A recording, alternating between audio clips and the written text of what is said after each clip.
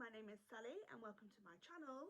If you are interested, intrigued, or even maybe a little bit obsessed with true crime or conspiracy theories or murder, this is the channel for you.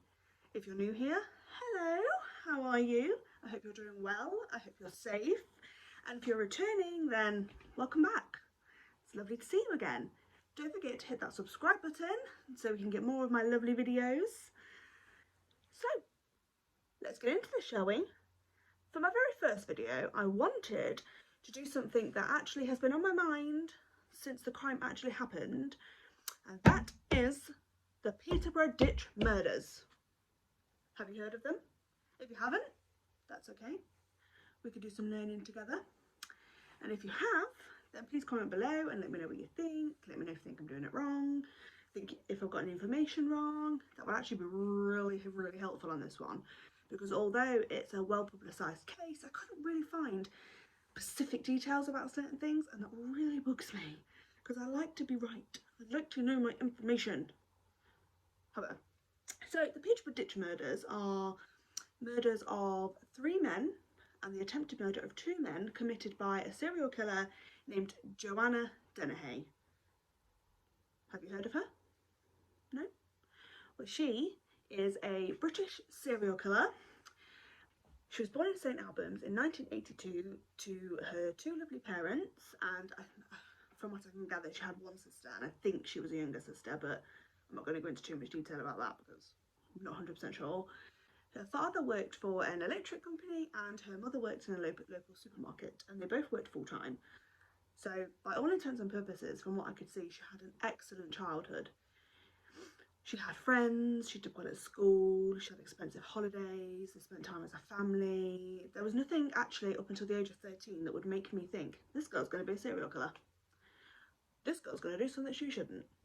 And I don't think anybody thought that. I saw an interview, as a side note, I saw an interview done by her sister, which said that obviously they can't believe what she's done, but also that they had no indication that she was ever going to do anything because they had such a good childhood. That in itself to me is weird, because you see a lot of serial killers and crime that happens for people that are just, they have really terrible childhoods, and you kind of feel pity for them.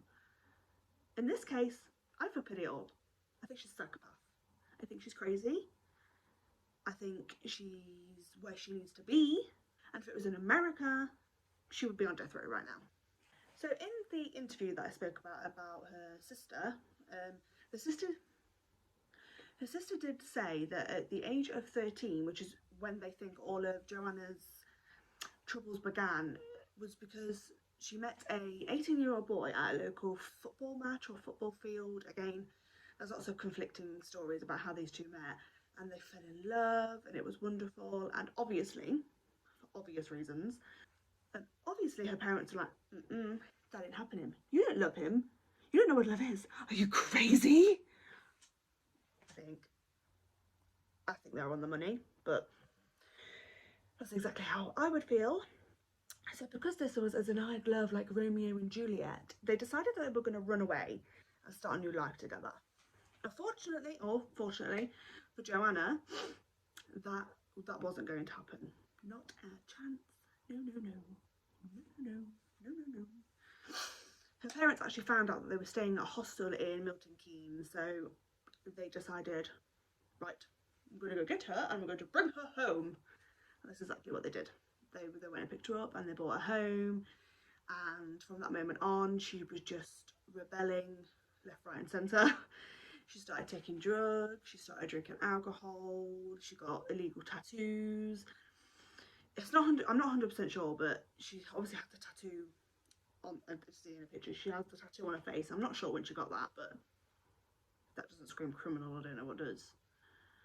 I must have hurt as well. On your face, ouch. Anyway, so she spent the next 2 years just truanting from school and genuinely becoming a really bad egg and someone that was a drug addict, and just committed thefts and car breakings and house break-ins and the odd assault here and there. And then when she turned 16, she met another local boy, and this time she moved out for good. And I'm guessing her parents probably washed their hands of her, because she was crazy. She was cuckoo. So they probably thought, you could have her. So anyway, she moved into this place with this local boy, and the next few years are actually really, really quiet. I know she ends up having 2 children. Again, there's not much detail on the children. I know one of them's a girl, but other than that, there isn't really that much that I could tell you about them. The relationship between Joanna and this boy wasn't great. It was violent. It was hostile. It wasn't a loving relationship. It wasn't the Romeo and Juliet that we heard from earlier. But due to her drug taking and alcohol abuse, she eventually ended up in prison. And I think she served 18 months to 2 years in prison. And again, there's conflicting stories about what she actually went to prison for. Some articles said theft, some articles said assault. I couldn't get a full story, so if you know, please comment and tell me. It's gonna bug me. So she spent this time in prison, and then when she came out, she found out that her boyfriend at the time and her 2 children had gone. He'd left her and he took the children, and to be honest, I don't think she gave a crap. I think she was happy. I think she was happy that she could now take drugs as much as she liked and drink as much alcohol. She probably already had killing on the brain, so she was happy to not have anybody to answer to, I guess. When she was released from prison, she ended up in Peterborough. For you people that aren't from the UK, Peterborough is a city, obviously in the UK, and it does have some crime, from what I could see. It's not the highest, it hasn't got the highest crime rate, but there are murders and there are robberies and things, but like everywhere really, everywhere has crime. Shut up, Sally. Upon her arrival in Peterborough, she met a young man called Kevin Lee, and he was a property developer and a landlord, and he would rent flats out and apartments out to people that were down on the luck, people that had just come out of prison, people that were on the streets, but he would obviously still make them pay rent. I don't really know how it worked, but they still had to pay rent and pay their bills and treat their flats with respect. So anyway, Joanna moved into one of these flats and they became fast friends. In fact, it was rumoured that Kevin Lee and Joanna actually ended up having a sexual relationship, and Joanna became like his bailiff, I guess, bodyguard. I don't really know what you want to call it, but she used to go to people's flats that were behind on their rent and things and demand money from them. She would threaten them and just make sure that Lee had what he needed. And what she got was her rent paid for and drugs and alcohol. So now we're going to get into the crimes that she committed. We're going to get into the juicy stuff. Is that really a weird thing to say? So Joanna's killing spree started on the 19th of March 2013. She met a man, I'm just going to have to read this. His name is Lucas Slabosowski. But he was a Polish immigrant that moved to the UK. He had met Joanna on the streets and they just became friends, and they would bond over alcohol and drugs and just talk about their life together. So on the 19th of March, she texts Lucas, asks him to come over to watch TV and to catch up, and she had some drugs and some alcohol that he could have. And he obviously took her up on this offer. It's also believed that Lucas had a romantic feeling for Joanna, but she didn't feel the same for him. In fact, he was just a means to an end from what I can gather. So on the day, Lucas and Joanna spent the day drinking and taking drugs and chatting.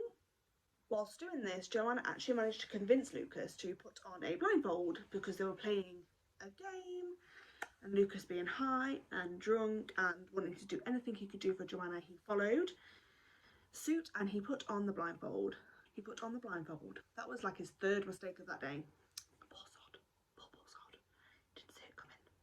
Once Lucas's eyes were covered, Joanna decided this would be the perfect moment to get her knife and stab him straight through the chest, straight through the heart.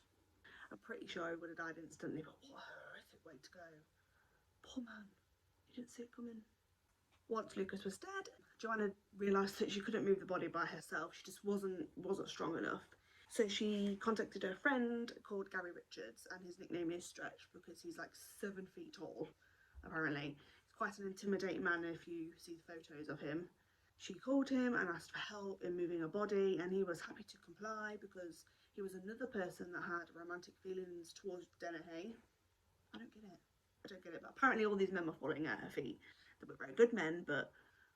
So Stretch, which is what we're going to call him, was a known criminal of the area, and he'd met Joanna again just out and about at clubs, places like this. Stretch, realising that this was probably a two-person job, he actually called his friend Leslie Layton.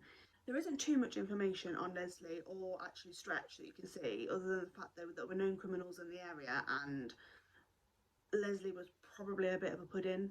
He did whatever Richards told him to do. They were associates. They committed crimes together. That's all we know. Once they arrived at the flat, they took Lucas's body and put him in a bin in a nearby bin area and left him there for 2 days.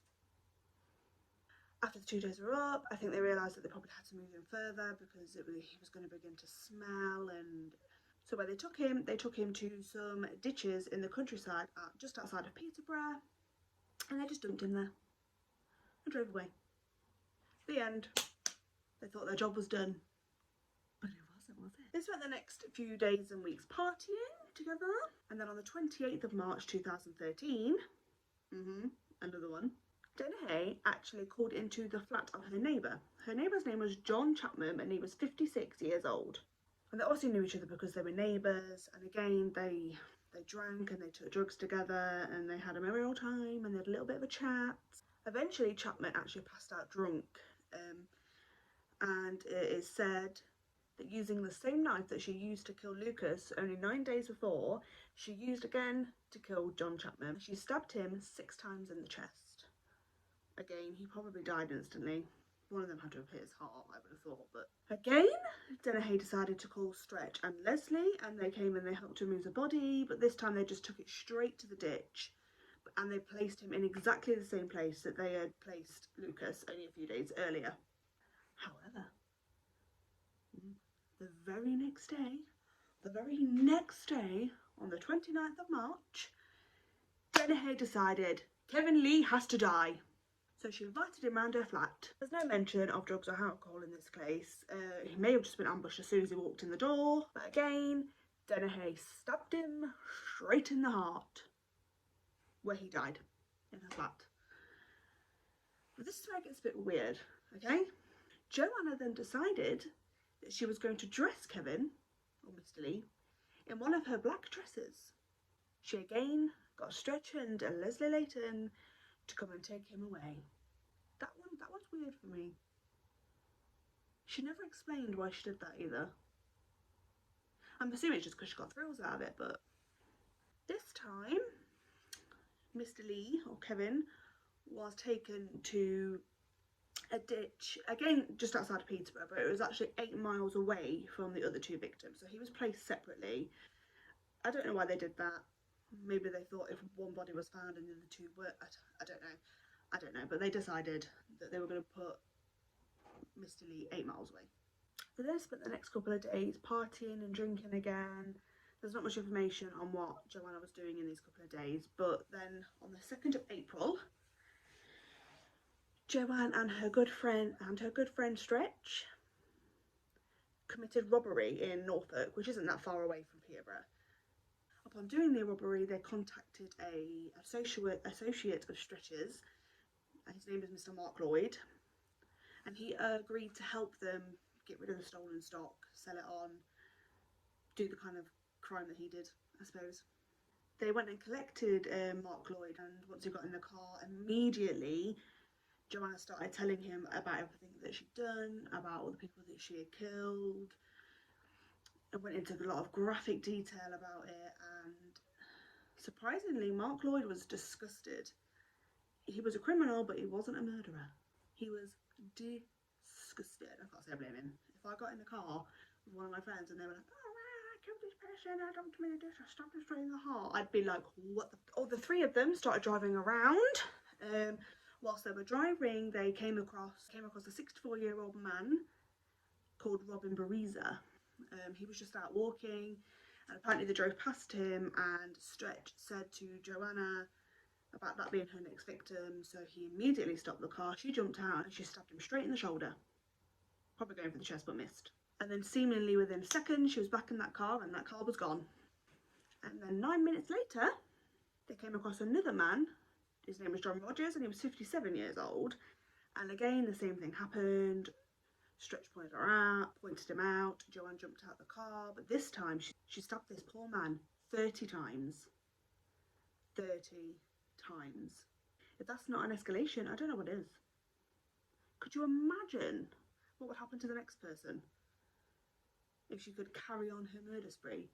Luckily, well, I say luckily, Robin and John actually both survived their attacks, and they were able to give evidence in court of their attacker, and this would actually be ultimately the end of her killing spree.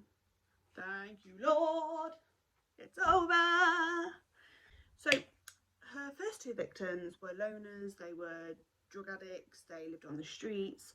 But Kevin Lee, she misunderstood, because Kevin Lee actually had a wife and a child. So he was actually reported missing by his wife, and his body was actually discovered on the 30th of March by a member of the public. So I couldn't find the story about how his body was found. I suppose it doesn't matter. The point is his body was found, and it was identified pretty quickly, and they looked into his life and what he was doing, and they quickly came across Joanna Dennehy. I don't 100% think she was a suspect to begin with. I mean, why would she be? They obviously found out that he was having an affair with her, so she probably was on a list of suspects, but I don't think she was the number one suspect. Then on the 3rd of April of that year, the other two remaining bodies of Lucas and John were found by another member of the public.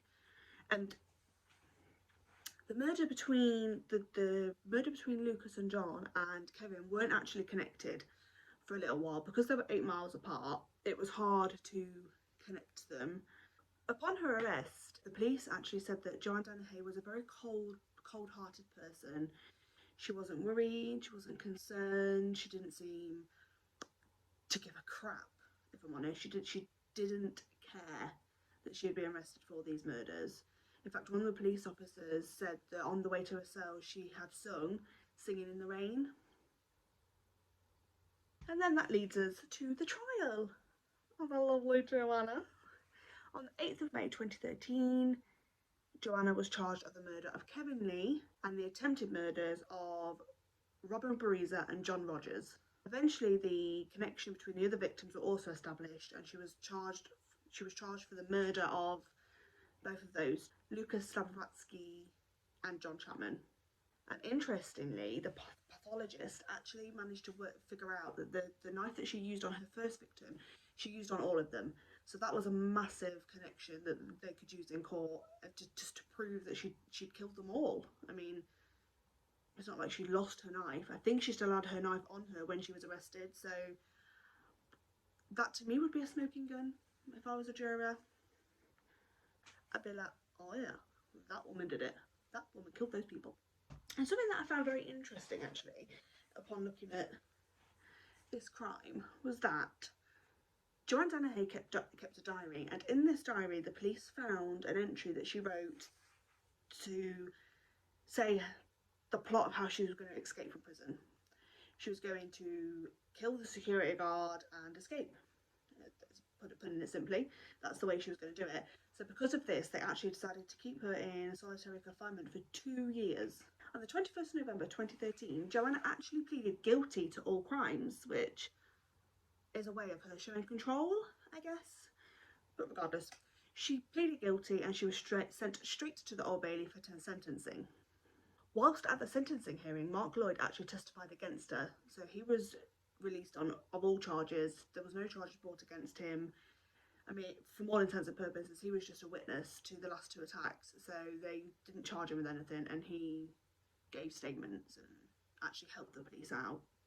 On the 10th of February 2014, Gary Richards, aka Stretch, was found guilty of attempted murder, and then 2 days later, on the 12th of February, Leslie Layton was found guilty of perverting the course of justice.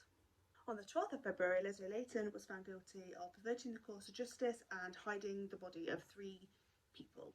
Finally, on the 28th of February 2014, at the Old Bailey, Joanna Dennehy was sentenced to life in prison. The good guys win. The bad lady lost. The good guys win. And here's an interesting fact for you. Joanna Dennehy is one of only 3 women that are spending life imprisonment, and they're probably going to spend their life in prison. They're not going to get released. Joanna Dennehy, Myra Hindley and Rosemary West are the only 3 women in the UK who are on life terms. And a final little nugget for you all. After the trial, we found out that Joanna Dennehy was actually on probation for owning a dangerous dog and something else. So this woman's on probation and she still manages to kill 3 people and try to kill 2 more and take drugs. Joanna Dennehy is currently serving her time as an inmate at the Bronzeville Category A prison in Surrey, and that's where she's going to stay forever. So that's the story of Joanna Dennehy. Found it quite an interesting one. Don't know about you. Let me know. Leave your comments below. If I've missed anything out or some of my information's wrong, please feel free to comment, because I'm learning as much as you are, and sometimes things can get lost in translation, sometimes things can change, sometimes the articles possibly aren't 100%, but I found this case very interesting. Seeing she is a women serial killer, we don't get many of those. Like I mentioned before, Myra Hindley, Rosemary West, they're 2 others. I think they're both dead now. I think. If you could think of anything, absolutely anything that you want me to talk about, whether it's a murder mystery, an unsolved crime, a conspiracy theory, please let me know and I will do it as soon as I can. But that's it. That's it for my first video. I hope you all enjoyed. Again, if you did, give me a big thumbs up and subscribe to my channel. Have a lovely day. Please stay safe and don't kill anybody. Okay? Okay. Okay. Love you. Bye.